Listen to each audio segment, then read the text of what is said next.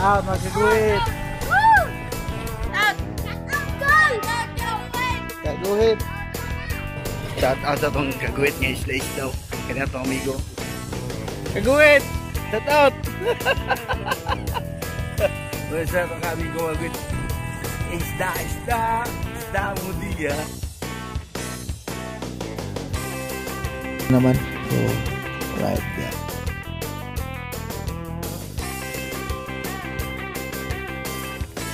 Yo, what's up mga kaguhit? So magandang tanghali sa inyong lahat. So ngayon ang oras ngayon mga alas 12 na o 12 na mga kaguhit no, ng tanghali. So going tayo sa school mga kaguhit. Hatid mo natin si Kailia.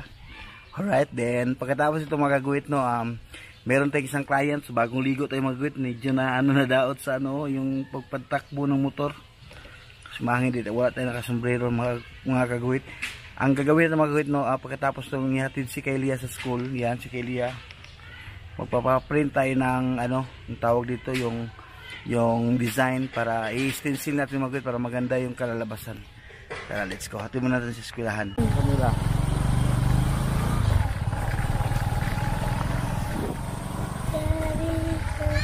Shout out mga kaguhit.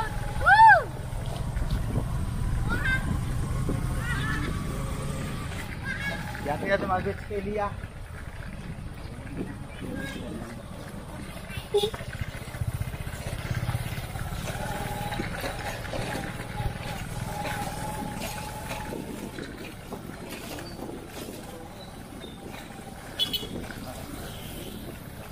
Bili mo na kami ng notebook mga kaguhit saka papel si Kailia. Bili na natin ito.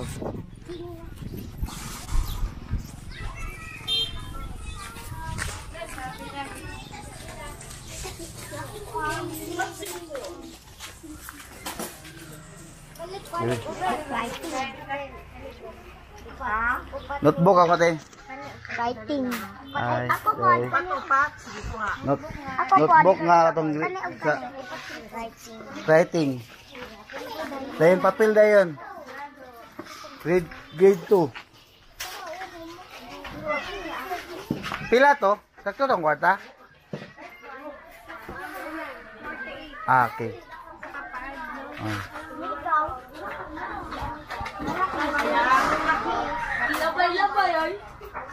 Tangan ang ngalan ni mo ha. Dire mo tangan ang ngalan no. Dire. Laki-laki. Selamat.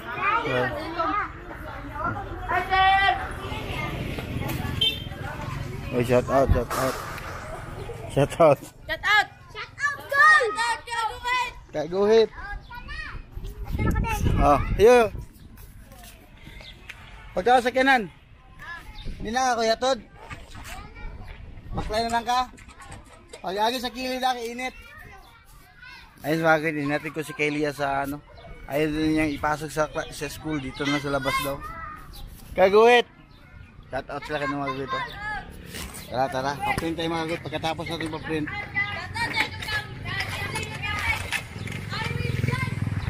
Kunin pa natin yung mga kaguhit. Yung tawag doon, yung stencil. Naiwanan natin sa bahay. Shout out! Sana okay. Kaya dumating na yung tripod mga kaguhit para din na tayo mahirapan mag-vlog. Let's go. Oh. Ito ko kaguhit, shout out. Kaguhit. Alright, tara, let's go. And don't worry about the things.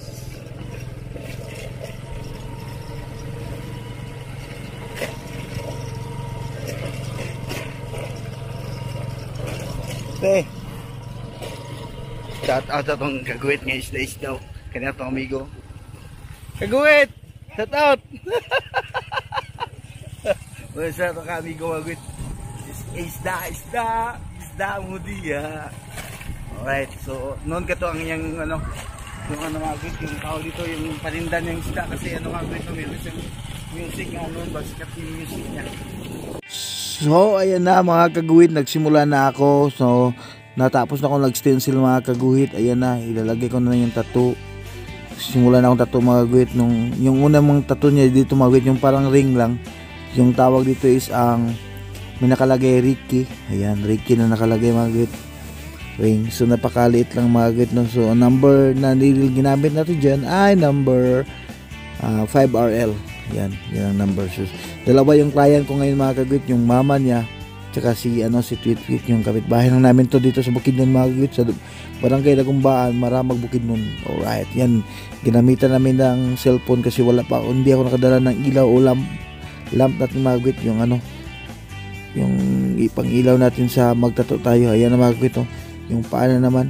So alright, yan, kita ko sa'yo. Okay, pagkatapos ng kamay sa paana, ayan, wow, yan, kita nyo yan mga kagwit. Yan. Comment na kayo sa alam niyo anong klaseng yan, halaman. At ito na naman mga kaguhit, pangalawang client na naman yan mga kaguhit. Yan ang yung mama niya, si Ate Gina. Alright. So ayun mga kaguhit, no, nag-iisip siya kung saan namin lagay. So sinabihan ko dyan mga kaguhit, no, na yung design na print namin medyo mali, so baliktad, dapat narong facing siya magwit, dapat yung mata sa kaliwang kamay. Yan, decide ako sa kaliwang kamay. Ayan, na print na namin mga kaguhit, stencil na, so tinanggal ko na ang bakat. Alright, yan, nagsimula na kayo mga kaguhit.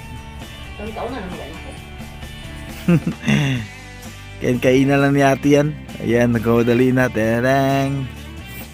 So, enjoy yung mga kagwit, no? At parang hindi yata nasaktan si Ate Gina dyan. Ayan, tapos na agad. Alright. So, dali ko lang mga kagwit para makita nyo talaga din. Para dali na matapos yung video. Ayan na, tapos na.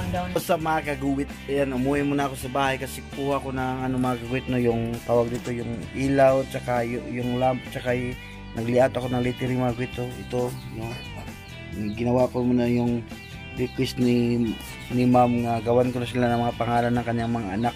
So nag-layout muna ako dito sa aking screen tablet mga kagwit. Ayan, naka-layout na ako. Tapos dinikit-dikit ko na lang yung iba. So abang-abang na mga kagwit, pagkatapos ito ipaprint ko, punta ako dun sa sa printer, sa nagpe-print, tapos i-stencil ko na. Pas maganda kasi yung mga kagwit pag ginamitan natin ng magandang magandang font. Ayan, alright. Yo, what's up mga kagwit? Ayan na naman. So ito na mga guys yung pangalawang print natin sa design. So nagdagdag si madam ng mga pangalan ng kanyang mga anak mga kagwit. So dugtong natin doon sa bulaklak, nagawa natin. So kita-kits mamaya pagdating doon. Alright mga kagwit, naka-stencil na tayo at simulan na natin magdugtong ng mga pangalan ng kanyang mga anak. Ayan, nagsimula na mga kagwit at binilisan ko na naman yung video. Pass forward ko na naman yan mga kagwit. Ayan na, hindi siya nasakitan dyan mga kagwit, no? So number 5RL na ginamit din, maliit ng dagim na karayom yan mga kagihit. Alright, so yan mga kagwit, no? Binilisan ko na lang. Alright, so cut minsan mga kagwit, saka yung pass forward talaga yung pinahaba ko dyan, pinaiksi. Yan si ate. Salamat nga pala sa naghawak ng camera ko. Yan na, ito yung last mga kagwit.